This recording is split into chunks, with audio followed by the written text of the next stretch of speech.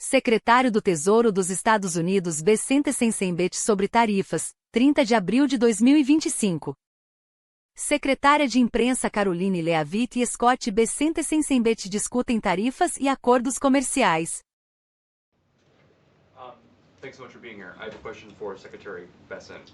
On tariffs, the President said over the weekend that we are hoping that maybe tariff revenues could replace income tax. But we also keep hearing about the deals that the administration is pursuing. So my question is, what is the White House's ultimate objective here?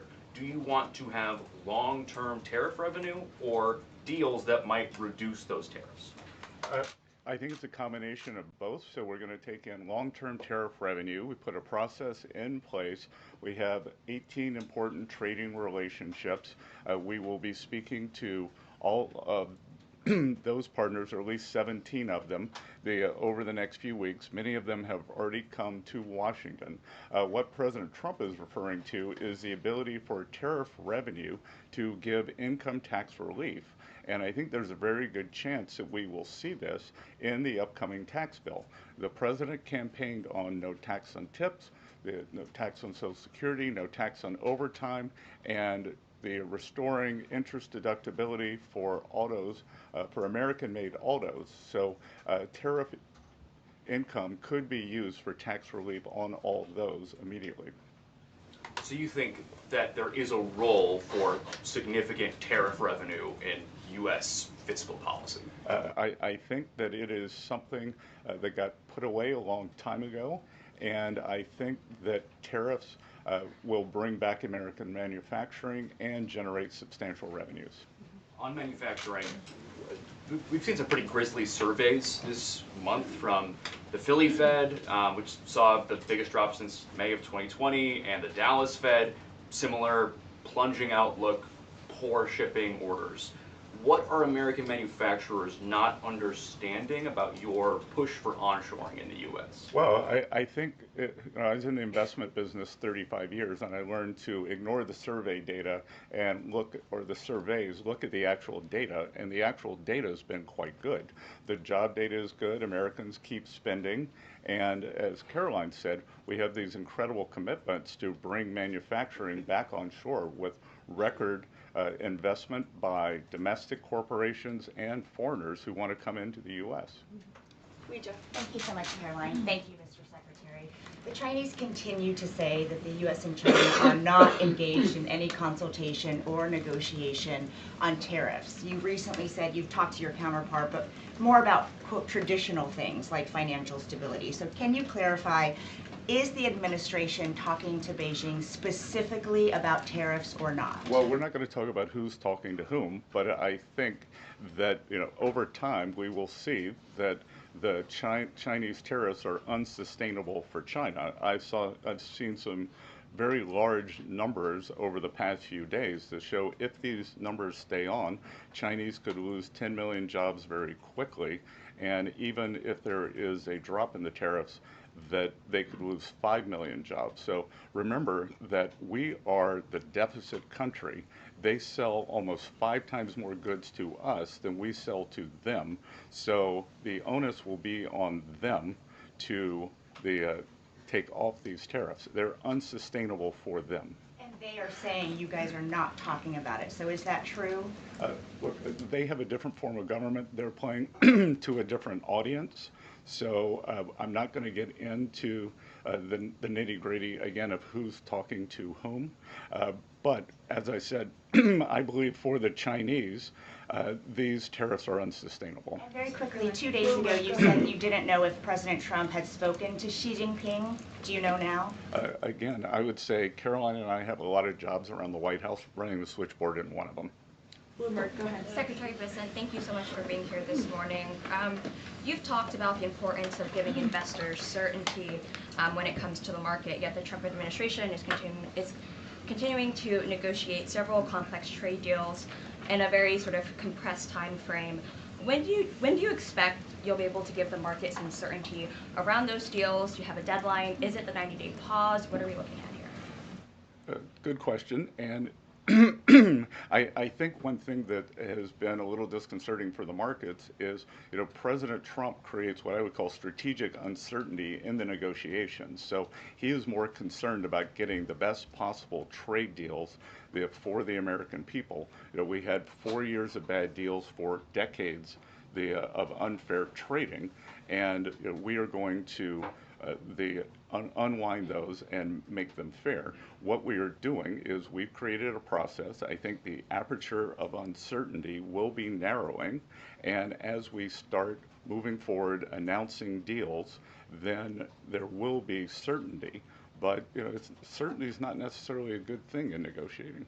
Mr. Secretary, last night there were reports on the administration sort of walking back a little bit on the auto tariffs. Can you sort of just elaborate on that decision there and what we can expect going forward, and why sort of the shift in those auto tariffs? Well, President Trump has had meetings with both domestic and foreign auto producers, and he's committed to bringing back auto production to the U.S. So we want to give the automakers a path to do that quickly, efficiently, and create as many jobs as possible. Jasmine. Thank you so much, Karoline. Thank you, Secretary. Back on China, does the administration anticipate supply chain shocks or supply shocks coming now that cargo shipments from China are significantly down? And if so, are there plans in the process of how to address that? I wouldn't think that we would have supply chain shocks, and I think retailers have managed their inventory in front of this. I speak to dozens of companies, sometimes daily, but definitely weekly, and they know that President Trump is committed to fair trade and have planned accordingly. And then second question, can you outline the timeline for when you think some of these deals, particularly with your Asian countries like India, Japan, South Korea, you may have an announcement? I'm glad you brought up our Asian trading partners and allies. They have been the most forthcoming in terms of doing the deals. As I mentioned, Vice President Vance was in India last week. I think that he and Modi made some very good progress, so I could see some announcements on India. I could see the contours of a deal with the Republic of Korea coming together, and then we've had substantial talks with the Japanese. Andrea? Secretary Bessent, just continuing on the path of the sort of progress. You said yesterday, I think, that it was could happen as early as this week or possibly next week. Can you give us a bit of a timetable? And then I wanted to ask about South Korea specifically. They've said that they probably won't be able to make a comprehensive deal until early July because of their elections. Japan also has elections. And to what extent are domestic factors complicating your efforts? Canada just had an election.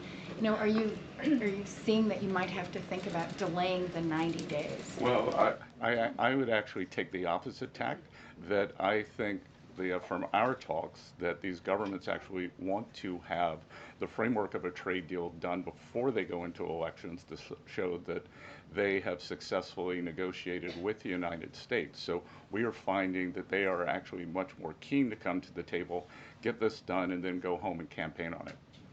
Sean? I'm sorry, did you have a comment on whether something could happen this week or next week?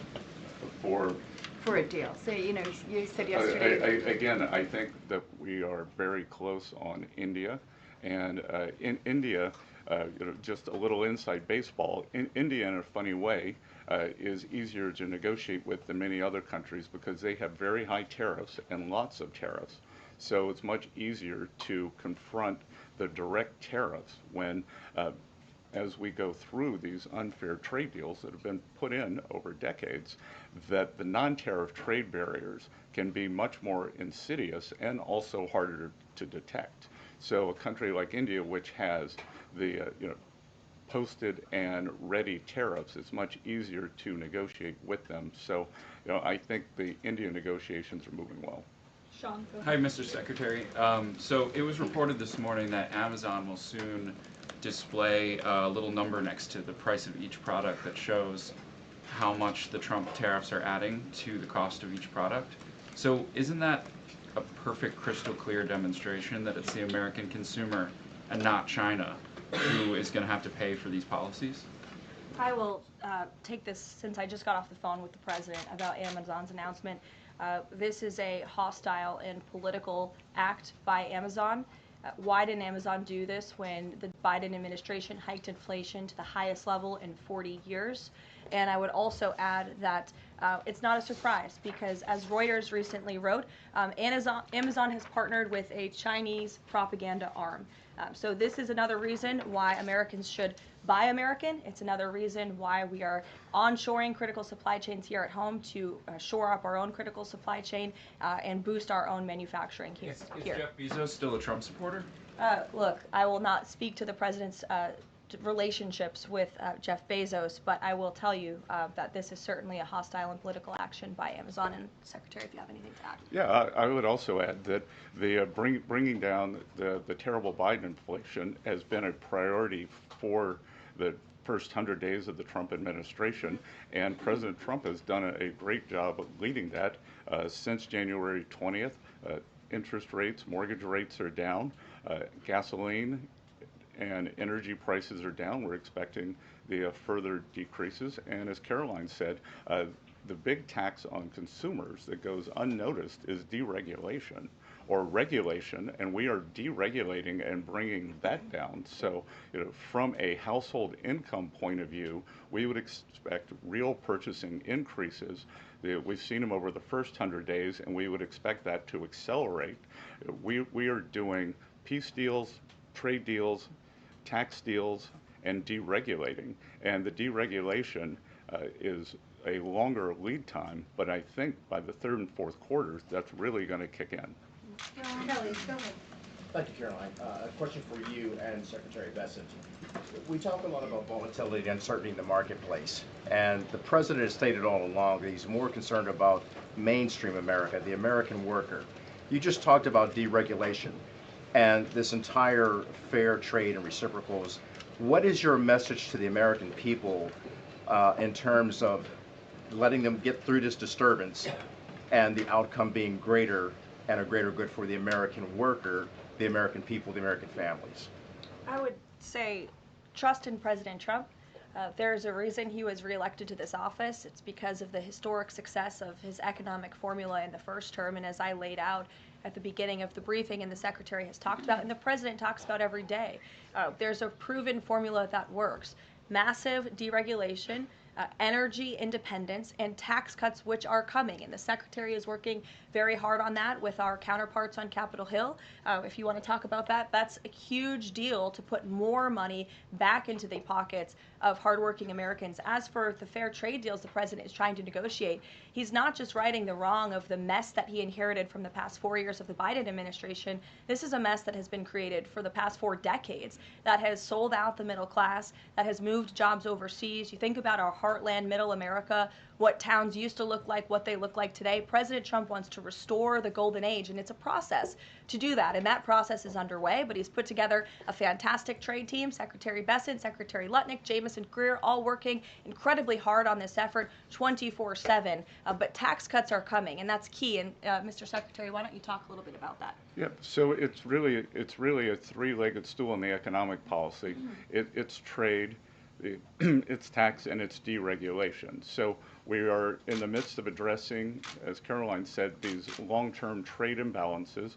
The tax bill is going much better than I would have thought when I took office on January 28th, and that's through President Trump's leadership. That Speaker Johnson, Leader Thune are united. Speaker Johnson, we had a very good meeting yesterday with somebody called the Big Six, NEC Director Kevin Hassett, myself, Speaker Johnson, Leader Thune, Committee Chairman Jason Smith, and Senator Crapo. And the tax bill is moving forward. It is going to give permanence to the 2017 Tax Cuts and Job Act, which will, back to the question on certainty, it will give American business certainty, it will give American people certainty, and then President Trump is also adding the things for working Americans, that is talked about earlier, no tax on tips, no tax on overtime, no tax on Social Security, making auto payments deductible. So that will substantially address the affordability crisis. And the other thing that I would note, and back to data, is that the Vanguard, one of the largest money management firms in America, said that over the past 100 days, 97% of Americans haven't done a trade, and in fact, individual investors have held tight while institutional investors have panicked. So individual investors trust, the investors trust President Trump. Megan, in the back. Can you detail for us exactly what we should expect as far as relief on the auto tariffs front? And then further, Mr. Secretary, should we expect other industries to also get relief the way we've now seen for auto and tech as well? I'm not going to go into the details of the auto tariff relief, but I can tell you that it will go substantially toward reshoring American auto manufacturing. And again, the goal here is to bring back the high quality industrial jobs to the U.S. President Trump is interested in the jobs of the future, not the jobs of the past. We don't need to necessarily have a booming textile industry like where I grew up again, but we do want to have precision manufacturing and bring that back. And another important, very important function of this that does not get talked about enough is national security. President Trump, his overriding concern and belief is that economic security is national security is economic security. And we saw during COVID that our supply chains got cut off. And we need to bring back a lot of those supply chains, whether it's in semiconductors, medicines, the steel, and we have to onshore those. So it's a combination of making trade free and fair and remedying this gaping national security hole that he was left with. I would just add, Megan, the president will sign the executive order on auto tariffs later today, and we will release it as we always do. Go ahead. Secretary, any updates on the negotiation with the European Union, and is it hard to negotiate with the European Union? Pardon? Do you have any updates on the negotiation with the European Union? I'm more involved in the Asian negotiations. My observation would be, goes all the way back to Henry Kissinger's statement, when I call Europe, who do I call? So we're negotiating with a lot of different interests. Some of the European countries have put on an unfair digital service tax on our big internet provider. France and Italy, other countries, Germany and Poland, don't have that. So we want to see that unfair tax of one of America's great industries removed. So it's going to be a give and take. So they have some internal matters to decide before they can engage in an external negotiation. Edward. Yeah, thanks, Caroline. Mr. Secretary, so contacts I have in the business community say that they're basically frozen for long-term investment because of the uncertainty around tariffs.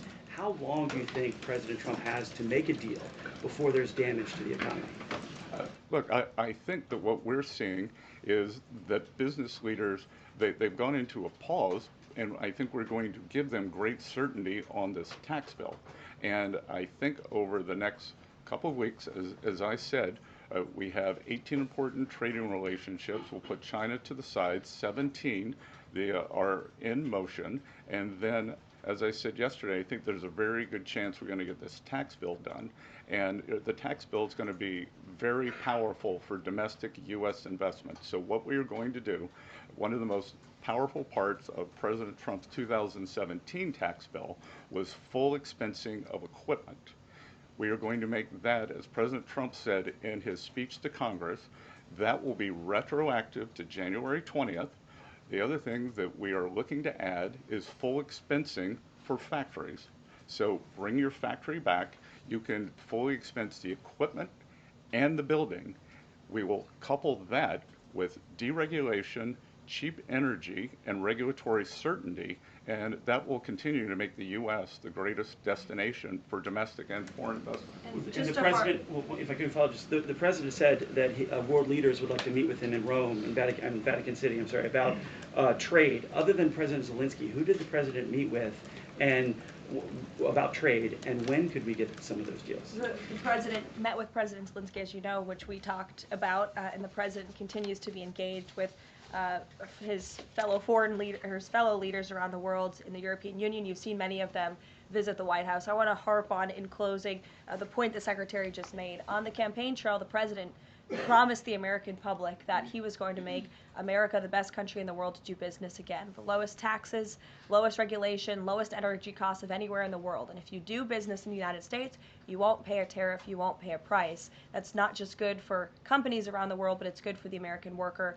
That's what this team is focused so hard on every day. We have work to do. The golden age of America is underway, but as I pointed out in the beginning, there's a lot of reason for the American consumer, the American CEO, the American small business owner to be confident and optimistic about this president and where we're headed. So you will hear more from the president himself later this evening. He is traveling to Michigan, as you all know. He'll make a stop at the Air Force Base with Governor Whitmer, and then we will head to a rally tonight where you'll hear more from him directly. So we'll see you in Michigan. Thank you, guys.